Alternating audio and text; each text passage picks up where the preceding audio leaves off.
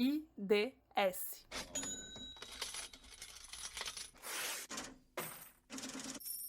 Senhoras e senhores, a partir desse exato momento eu tenho o prazer e a satisfação de informar a todos os presentes que vai começar a... Indicador da semana.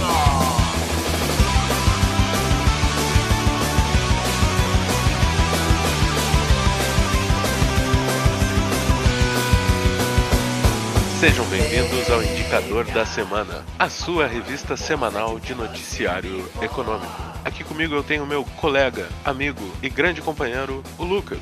Fala, pessoal. E como toda semana a gente trouxe alguns pontos interessantes aí que estão nas pautas econômicas, que estão se propagando pelos mercados. Alguns grandes destaques numa forma bem resumida, um formato fácil de consumir. E agora com vocês, o Lucas vai trazer alguns pontos que ele quer levantar essa semana. Por favor. Sejam muito bem-vindos, senhoras e senhores. É um prazer estar mais uma vez aqui no Indicador da Semana, podendo conversar com meu amigo Fábio sobre assuntos que a gente adora e estuda diariamente. E hoje eu vou trazer um assunto recorrente sobre sobre um país que a gente fala muito aqui, que é sobre a China. Afinal de contas, não tem como falar sobre economia internacional, desenvolvimento econômico, sem falar sobre a China. E essa semana teve uma notícia muito interessante para os chineses, que foi o aniversário de 100 anos do Partido Comunista Chinês. Olha só que maravilha. Uau! E foi no dia 1º de julho de 1921, quando pouco mais de 50 pessoas fundaram o Partido Comunista Chinês. Já hoje, o partido conta com mais de 95 milhões de membros e é o partido que controla o país desde a proclamação da República Popular da China em 1949. E é impressionante o quão... Desculpa, quantas pessoas? Mais de 95 milhões de pessoas, de membros. Tem mais gente que cabide de emprego no Brasil. Exatamente, as proporções chinesas, elas, em relação à população, elas são bem, assim, diferentes do resto do mundo, né? E é impressionante o que esse partido, o que esse país alcançou nos últimos 100 anos, mas sobretudo nos últimos 50 anos, depois que os Estados Unidos retomaram as relações diplomáticas com a China, quando teve aquela visita do ex-presidente Richard Nixon para a China em 1972, e também o movimento de abertura econômica no final dos anos 70. E é interessante lembrar que antes dessa retomada com as relações diplomáticas, foram 20 anos sem nenhuma relação entre Estados Unidos e China e sem praticamente nenhuma outra atividade diplomática por parte dos chineses. Como é que é? Em que período foi isso? Nos anos 70, nos anos 70, no final da década de 70, que a China começou a se abrir economicamente. Antes disso, os 50 anos de Partido Comunista anteriores a isso, os chineses não estavam, pelo menos nos 20 anos anteriores, os chineses não estavam praticando nenhuma atividade diplomática. Ah, por opção deles, então. Por opção deles. Na minha opinião, ao meu ver, esses acontecimentos, eles mudaram o mundo. E o resto da história a gente já está cansado de falar, né? De saber todo o crescimento chinês que houve nos últimos 50 anos. Mas, ao contrário do que o mundo esperava, especialmente o que os Estados Unidos esperava, de que a China, na medida que fosse se abrindo economicamente, crescendo e se tornando mais próspera, que ela também adotaria valores ocidentais de mais liberdade política, não ocorreu. Na verdade, o que aconteceu foi uma adoção de uma economia de mercado socialista, assim como eles gostam de chamar, né? E o socialismo com características chinesas, que é tão pouco aquele marxismo ou leninismo que zela pela estatização dos meios de produção, é muito longe disso, não acontece nada disso. Então, para quem acha que a China é comunista e pratica o comunismo, tá errado, ponto final.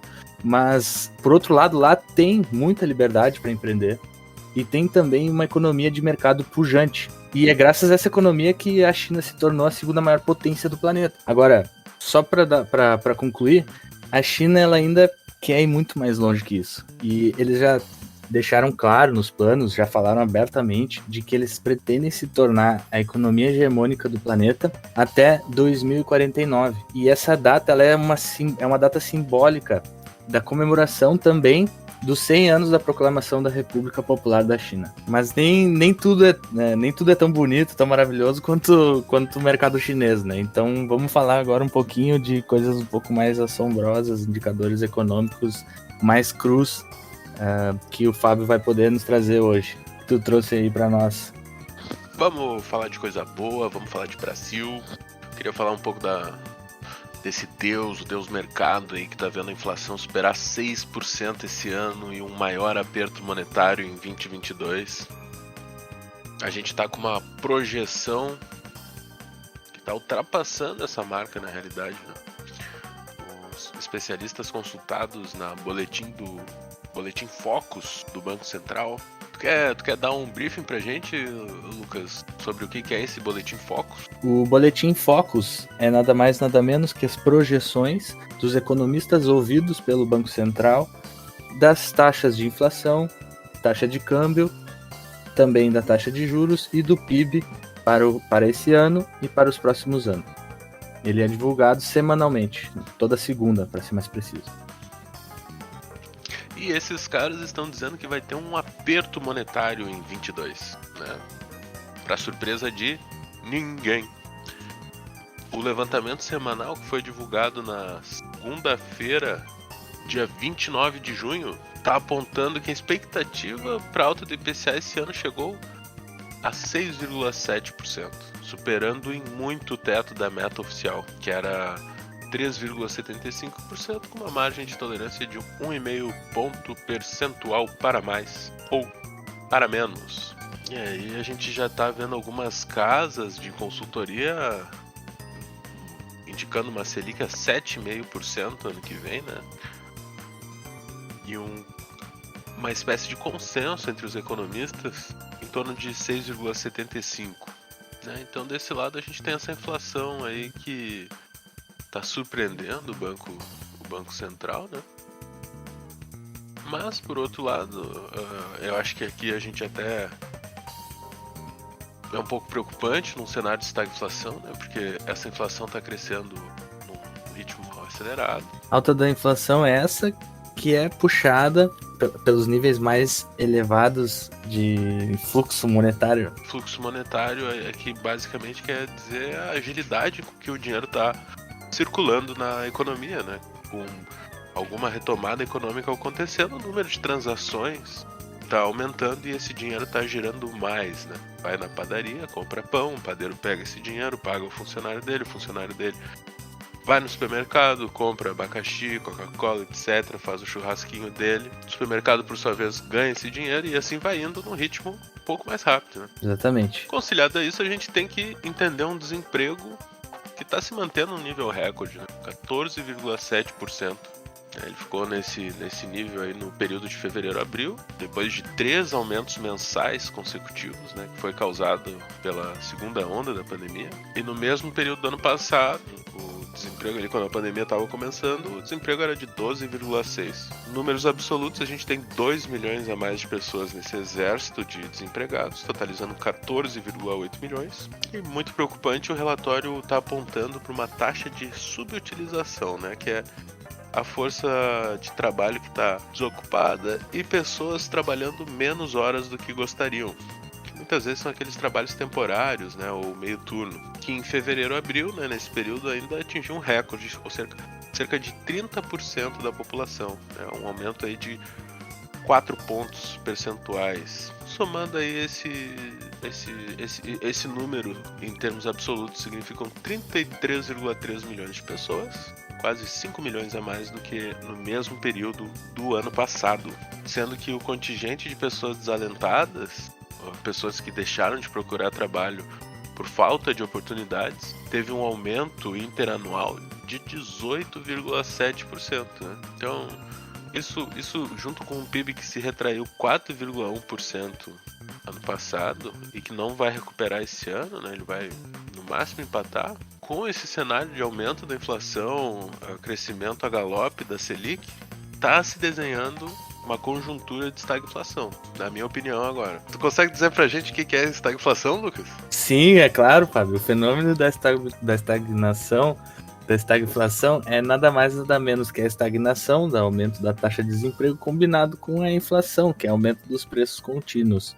Ou seja, uma situação simultânea. Em português brasileiro, né? Em português brasileiro significa desemprego alto, inflação alta. Não é novidade no Brasil, a gente já passou isso pelos anos 80. E aliado a toda essa conjuntura que já é perversa sozinha, né, de vacinação atrasada, desemprego elevado, inflação subindo, Selic subindo, a gente ainda tem uma polêmica rondando Brasília, que são os avanços das investigações da CPI. Essa instabilidade política pode ser boa no longo prazo, mas imediatamente ela tem um efeito sobre o dólar. O dólar tem sido um assunto delicado, né? Falamos no último indicador da semana, acreditando que talvez fosse o momento em que ele fosse dar uma acalmada, né? Que ele fosse ter um volume, uma volatilidade um pouco menor, mas estávamos enganados. Afinal, tentar prever o dólar no curto prazo é uma atividade muito arriscada, né? Então a gente está vendo toda essa pressão do cenário político tendo um impacto direto no valor da nossa moeda, gerando assim uma desvalorização do real. Ou seja, a pressão que o aumento da Selic causa sobre o dólar está sendo menor do que a pressão que a política está causando sobre o dólar. Isso está deixando o dólar com uma variabilidade alta, o que prejudica boa parte dos negócios brasileiros, já que uma quantidade grande da economia brasileira roda em volta dessas importações e exportações, né? Uma cadeia que não é muito integrada, mas acaba ocupando um volume considerável da nossa produção. Muito bem, esse foi o indicador da semana. Como sempre, foi um prazer. Eu sou o Fábio. E eu sou o Lucas. E até semana que vem.